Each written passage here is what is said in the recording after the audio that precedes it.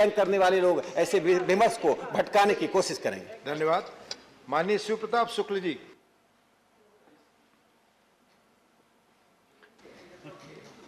Kashmir file छोड़ना मत, Kashmir file खुलनी चाहिए। माननीय सभापति जी, मैं आपका आभारी हूं कश्मीर फाइल पर बात करनी कि आपने मुझे बोलने का अवसर दिया, और बोलने का अवसर तब मिला जब भाई संजय सिंह बोल चुके थे। मान्यवर,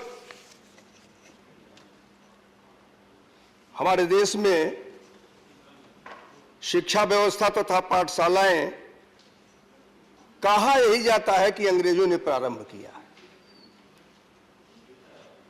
अंग्रेजों के आने से पहले शिक्षा के मामले में भारत अंधकार में था, या पाश्चात्य जो विद्वान है वो भारत के संदर्भ में कहते रहे, और यही कारण था कि स्वतंत्रता के बाद से मैकाले की जो संस्कृति रही, मैकाले की जो शिक्षा नीति रही, जिसको पूरी तौर पर बदल दिया जाना चाहिए था, बदला नहीं गया, बल्कि उसी तरह से उसको लेकर के चलने का प्रयास किया गया। तो जगह जगह फिर उसकी चर्चा भी होती है। मान्यवर, अंग्रेज और मुस्लिम, इन दोनों के आने के पहले भी भारत में जो शिक्षा पद्धति थी, उसका मुकाबला संसार में कोई भी नहीं कर सकता है। यह बात मैं दावे के साथ कह सकता हूं। भारत का सबसे पहला विश्वविद्यालय, विश्व का पहला विश्वविद्यालय माना गया तक्षशिला।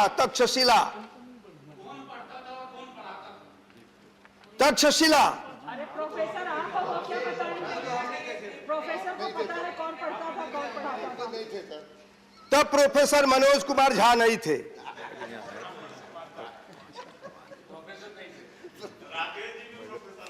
नहीं थे, तब वो भी नहीं थे। तब शुक्ला जी आप इधर मान्यवर,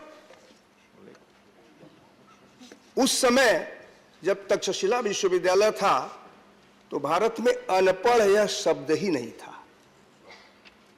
अनपढ़ यह शब्द ही नहीं था। सभी लोग कहीं न कहीं किसी न किसी विधा से जुटे हुए थे। मेरे कहने का मतलब यह नहीं है, शिक्षा को देने वाला गुरु का मतलब यह नहीं था कि वह ऋषि ही था, वह आचार्य ही था, लेकिन शिक्षा को देने वाले समुद्र के किनारे रहने वाले जो परिवार थे, जो अपने बच्चों को शिक्षा देने के लिए जहाज निर्माण के लिए बैठे थे, वो भी गुरु था। और लुहारी की शिक्षा देने वाला भी गुरु था, धनुर्विद्या की शिक्षा देने वाला भी गुरु था, मल्ल विद्या की शिक्षा देने वाला भी गुरु था। गुरु एक परंपरा था। उस परंपरा के अंतर्गत सभी लोग अपनी अपनी विधा की शिक्षा लिया करते थे। यह भारतीय शिक्षा की पद्धति थी, प्राचीन शिक्षा की पद्धति थी। मनोहर, यहां तो यह भी कहा गया कि भारत में स्त्रियों की शिक्षा नहीं थी। यह सही है कि अंग्रेजों ने जिस प्रकार की शिक्षा दी, बाद में आदरणीय राममोहन राय जी आए और उन्होंने जिस शिक्षा का प्रचार किया, स्त्रियों की शिक्षा का, और सब वो किया। लेकिन उसके पहले मैं जरूर इस बात को कहना चाहूंगा कि यह वह देश है जिस देश में गार्गी भी जनक के सभा में बैठ करके याज्ञवल्क तक से संवाद कर करके इस बात का संदेश देती थी कि यह भारतीय शिक्षा पद्धति है जिसमें स्त्रियों को कितना अधिकार है शिक्षा पर बहस करने का। यह गार्गी भी कह रही थी। मान्यवर, मैत्रेयी मित्र ऋषि की कन्या थी और याज्ञवल्क की दूसरी पत्नी थी। उसने भी उस पूरे समय में लोगों को शिक्षा देने का काम किया, शास्त्रार्थ करने का काम किया। उस समय की स्थिति यह थी मान्यवर, स्त्रियों को शिक्षा देने की परंपरा में था। स्त्रियों को उस समय जो बालिकाओं में था वो ऋषिका कही जाती थी। उच्च शिक्षा प्राप्त करने वाले स्त्रियों को ब्रह्मवादिनी कहा जाता था। आज हॉस्टल की व्यवस्था हो चाहे न हो, लेकिन उस समय भी हॉस्टल को छत्रशाला शब्द का प्रयोग करके लोगों के रहने के लिए प्रबंध किया जाता था। वो बालक को अलग, बालिकाओं को अलग, लेकिन समान रूप से शिक्षा थी। वह साथ साथ पढ़ने का काम करते थे। गुरुकुल में जहां ऋषि पत्नियां भी पढ़ाने का काम करती थी, ऋषि भी पढ़ाने का काम करते थे। माननीय राकेश सिन्हा जी ने जो प्रस्ताव दिया है, जिसका हम समर्थन करते हैं, सदन के अनेक लोगों ने समर्थन किया। अगर विषय थोड़ा सा राजनीतिक न बनाया गया होता तो राकेश सिन्हा जी के इस प्रस्ताव पर पूरा सदन एक पक्ष से सहमत होकर के कह रहा था नहीं ये होना चाहिए। लेकिन मुझे लगता है कि राजनीति का विषय इसको नहीं बनाया जाना चाहिए। माननीय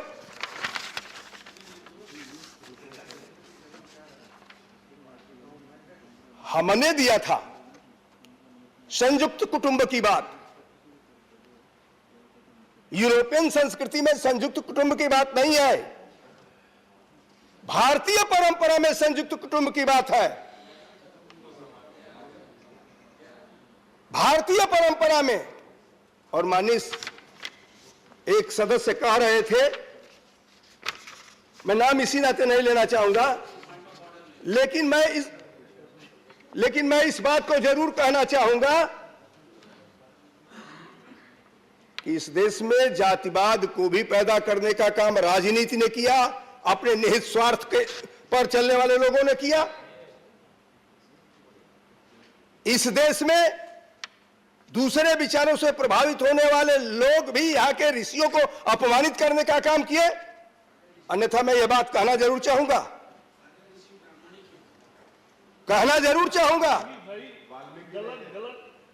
प्लीज आपस में बात ना करें, प्लीज। कहना चाहूंगा मनोज जी, ये अलग का विषय है, लेकिन मैं जरूर ये कहना चाहूंगा, परशुराम के बिना केरल की संकल्पना की जा सकती है क्या?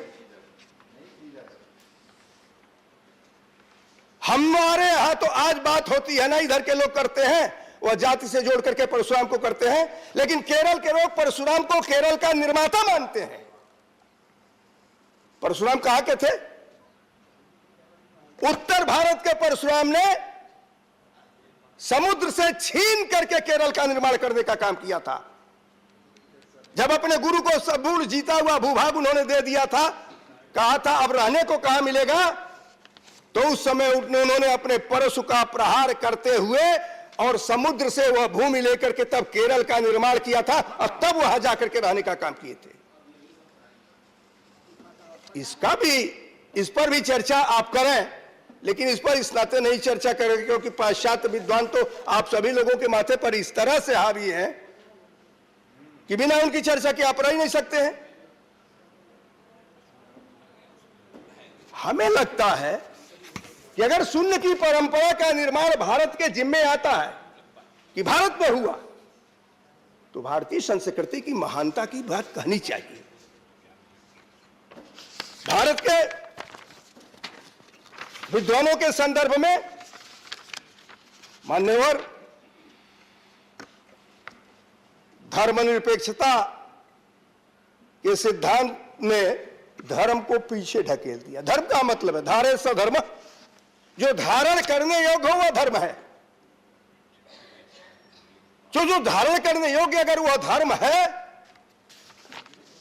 तो धर्म सापेक्षता तो हो सकती है, धर्म निरपेक्षता का क्या मतलब हो सकता है? जो ही हम और आप माने कि यह बहुत अच्छा है वही धर्म है। पूजा पद्धति कभी धर्म नहीं हुआ करता है। पूजा पद्धति अपनी स्थिति होती है। कोई शिव को पूजता है, कोई दुर्गा को पूजता है, कोई राम को पूजता है, लेकिन एक मानव धर्म भी होता है मनोज जी, जिसकी बात आप कर रहे थे। वह मानव धर्म यह होता है कि अगर गांव में चलिए और एक बड़ा आदमी एक छोटे बच्चे को चाटा मार दे तो बिना जाने सुने लोग ये कहेंगे बड़े ये बड़े हैं उम्र में, इनको ऐसा नहीं करना चाहिए। इनका यह धर्म नहीं है, इनका यह धर्म नहीं है। क्या मतलब कि एक बड़ा व्यक्ति किसी छोटे व्यक्ति को न मारे, मारता है तो यह उसका धर्म नहीं है,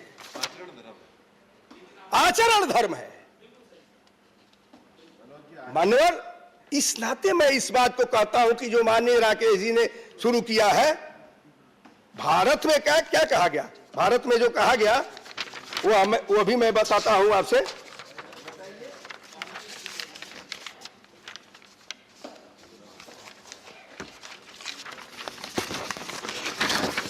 श्रीमान, न क्वचित कस्यचित् मित्रं न कस्यचित् रिपु व्यवहारेण जायन्ते मित्राणि रिषुतथा। मतलब न कोई किसी का मित्र होता है, न कोई किसी का शत्रु होता है, व्यवहार से ही मित्र या शत्रु की पहचान होती है। व्यवहार से ही मित्र या शत्रु की पहचान होती है। अगर वह व्यवहार करेंगे, यह सदन इसलिए है कि यहां पर अपनी अपनी बात कहिए। उपवेशन के बाद सभी लोग एक दूसरे के गले में बाहें डाल करके जब चलने का प्रयत्न कीजिए, वो मित्रता है। लेकिन जब यहां से भी आप वो करेंगे, समापन सत्र के बाद यहां से भी चलेंगे, जो बात यहां कहेंगे वो हृदय से कहेंगे, कंठ में लेकर के चलेंगे, तो मित्र नहीं बना पाएंगे, मित्र नहीं बना पाएंगे। इस नाते हमेशा इस विषय पर विचार करना चाहिए। हमारे यहां तो कहा गया है, स्त्रियों के लिए स्त्री और पुरुष दोनों एक दूसरे के मित्र की परंपरा में रहे। इस नाते कहा गया है कि मात्रोत परदाराशन परद्रव्यालोस्वत आत्मत सर्वभूतानि य पश्यत से पश्यति। पराई स्त्री को, चाहे कि किसी की भी स्त्री है, उसको माता स्वरूप मानो, माता सदृश मानो। पुराने धन को मिट्टी के समान मानो। सभी प्राणियों में भी, सभी, जिस बात की आप कहते हैं ना, मानव धर्म केवल यही नहीं है। मानव धर्म सभी प्राणियों में भी जो अपने समान लोगों को देखता है, इस प्रकार की संकल्पना भारतीय संस्कृति में की गई। जिस संस्कृति की बात, जिस शिक्षा की बात माननीय राकेश सिन्हा जी कर रहे हैं, इस नाते आप लोगों के समक्ष इस विषय को हम रखना चाहते हैं। श्रीमान, हमारे यहां मनोहर, मैं गोरखपुर का रहने वाला हूं। मेरा निवास स्थान मेरे गांव का नाम है रुद्रपुर। लोग रुद्रपुरी कहा करते थे। रुद्रपुर खजनी तहसील में है, जिला गोरखपुर का है। उसको लोग छोटी काशी कहा करते थे। छोटी काशी इस नाते कहा करते थे कि काशी में तो विद्वानों की भरमार है, लेकिन हमारे गांव में भी विद्वान इतने थे कि वहां यह कहा जाता था कि यह तो छोटी काशी पूरे क्षेत्र में फैल था, छोटी काशी है। इसका परिचय दिया, आपने इसका परिचय दिया। मानवर, एक शायर ने कहा है, मनोज जी कई नाम गिनाए, मतलब जैसे इन्हीं लोगों का वो हो, इन्होंने शायर को ही अपना मान लिया, हमारा नहीं माना। लेकिन एक शायर ने हमको सपोर्ट किया। उसने कहा जब सारी संस्कृतियां मिट रही थी, जब यूनान, पर्सिया, शक, हूण, विदेशी ये सभी मिट रहे थे, और जब भारत की महिमा देखा तो उसने कहा यूनान, मिस्र, रोमा सब मिट गए जहां से, कुछ बात है कि हस्ती ये मिटती नहीं हमारी। कुछ बात है कि हस्ती मिटती नहीं हमारी। यह हमारी हस्ती जो नहीं मिटती रही वो क्या था? हम विश्व गुरु बनने की तरफ चले थे शिक्षा के द्वारा। विश्व गुरु बनने गए थे तो शिक्षा के द्वारा। शिक्षा ही भारत की ऐसी थी जिससे प्रभावित होकर के आज लोग विदेशों में अपने बच्चों को भेजते हैं पढ़ाने के लिए। लेकिन जिस समय की शिक्षा की बात भारत में थी, जब वो विश्व गुरु माना जाता था, तब यहां का कोई भी बच्चा विदेश में नहीं जाता था, बल्कि विदेश के लोग आकर के नालंदा में, तक्षशिला में यहां आकर के शिक्षा अर्जित करते थे। और लोग कहते थे कि हम भारत से शिक्षा प्राप्त करके आए हैं। हम तब, अब उस समय की बात अगर ये सोचिए, तो उस समय की बात अगर सोचिए तो गार्गी के संदर्भ में जब बात आती है, 700 ईसा पूर्व रही है गार्गी। 700 ईसा पूर्व गार्गी रही है, मैत्रेयी रही है। और उस समय जब ईसा का कुछ भी नहीं था, तो भी भारतीय संस्कृति सब कुछ थी जो विश्व को, पूरे विश्व को प्राण देने का काम करती थी। इस प्रकार की शिक्षा जब मैकाले आया यहां, तो उसने नष्ट करने का काम किया। तब उसने प्रहार किया कि भारत को तब तक गुलाम नहीं बनाया जा सकता है जब तक इसकी शिक्षा को खत्म नहीं किया जा सकता है, जब तक इसकी संस्कृति को नहीं खत्म किया जा सकता है। शिक्षा को खत्म करेंगे, संस्कृति को खत्म करेंगे, तब कहीं भारत को हम जाकर के गुलाम बना पाएंगे। नहीं तो सबसे हम बहुत साफ शब्दों में इस सदन में कहना चाहते हैं, यह सही है कि वह लोग जो अपनी संपत्तियों को बचाने के लिए छोटे छोटे रजवाड़े रहा करते थे, जमींदार रहा करते थे, भारत को आजादी दिलाने के लिए वह संघर्ष नहीं किए थे। संघर्ष तो उन्होंने किया था जो जंगलों में रहा करते थे। संघर्ष तो उन्होंने किया था जो रैदासी थे। संघर्ष तो उन्होंने किया था जो कंठियां बांधते थे और कंठियों का आदर भी करते थे। उन्होंने भारत को आजाद दिलाने के लिए संघर्ष किया था। हम ये नहीं कहते हैं कि अन्य लोगों ने नहीं किया था, लेकिन एक ऐसा भी वर्ग था जो पूरी तौर पर अपनी सिर्फ संपत्तियों को बचाने के लिए अंग्रेजों के साथ हट करके कार्य करता था। वह अनेक प्रकार की उपाधियां, राय बहादुर हो गए और कुछ हो गए, इस प्रकार से अंग्रेजों के द्वारा प्राप्त करता था। और प्राप्त करने के बाद भारत को गुलाम बनाने की में भारत स्थिर रहे इसके लिए काम करता था। श्रीमन, जहां तक संस्कृति का अर्थ है, संस्कृति किसी देश, जाति और समुदाय की आत्मा होती है। किसी भी देश, जाति या समुदाय की आत्मा होती है।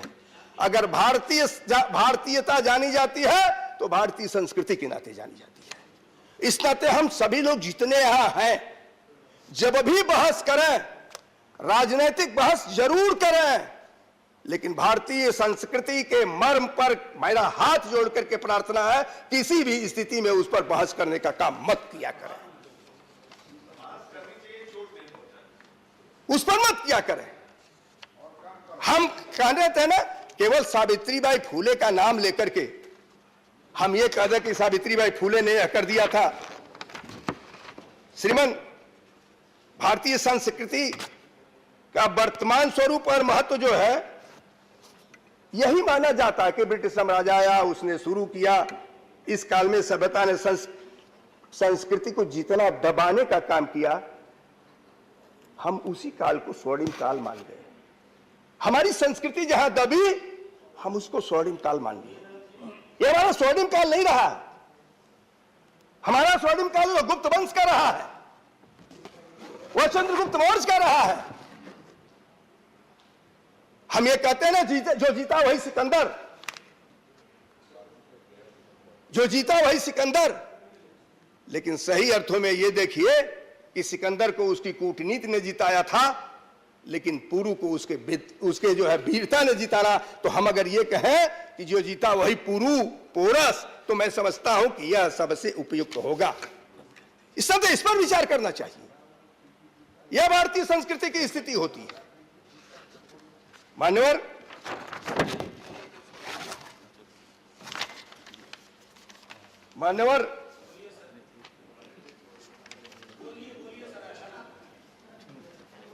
ज्ञान के संदर्भ में है यस्तनासी स्वयं प्रज्ञा शास्त्रं तस्य करोति किंग लोचनाभ्य विहीनस्य दर्पणं किंग करिष्यति। यह आप लोगों की है। देखिए, जिस व्यक्ति के पास अपनी प्रज्ञा मतलब अंतरात्मा नहीं है, उसके शास्त्रों का क्या फायदा? जैसे दर्पण अंधे व्यक्ति के लिए बेकार है, बेकार है। इस नाते हम लोगों को निश्चित रूप से यह बात मान करके चलना चाहिए कि यहां आलोचना की गई शिवदासन जी, लेकिन मैं साफ साफ इस बात को कहना चाहूंगा कि आज पूरा यूरोप अगर प्रभावित है तो चैतन्य महाप्रभु से प्रभावित है। कृष्ण भक्ति की जो लहर यहां से उठी थी, ऐसी भक्ति वेदांत स्वामी ने जो शुरू किया था, पूरा यूरोप में जाकर के भारतीयता का कृष्ण कृष्ण राधे राधे कहते हुए उन लोगों को जो जानते ही नहीं थे उनको भी नचाने का काम कर दिया, नचाने का काम कर दिया। और यह नचाया नहीं, एकदम भाव में। भारत की संस्कृति भाव की संस्कृति है, उस भाव में रहिए तो अभाव भी आपको कभी खलेगा नहीं, लगेगा नहीं। और राजनीति करने वाले लोगों से मेरा विनम्र प्रार्थना है, हाथ जोड़ के प्रार्थना है कि अपने विचारों को रखिए जरूर, लेकिन भारतीय संस्कृति को किसी भी स्थिति में नष्ट होने से बचाइए। जातिवाद को जो प्रश्रय दिया जाता है उसको खत्म कीजिए। एक मानव धर्म होता है, उस मानव धर्म का सबको पालन करना चाहिए। मानव धर्म ही भारतीय धर्म है। बहुत बहुत धन्यवाद। माननीय डॉक्टर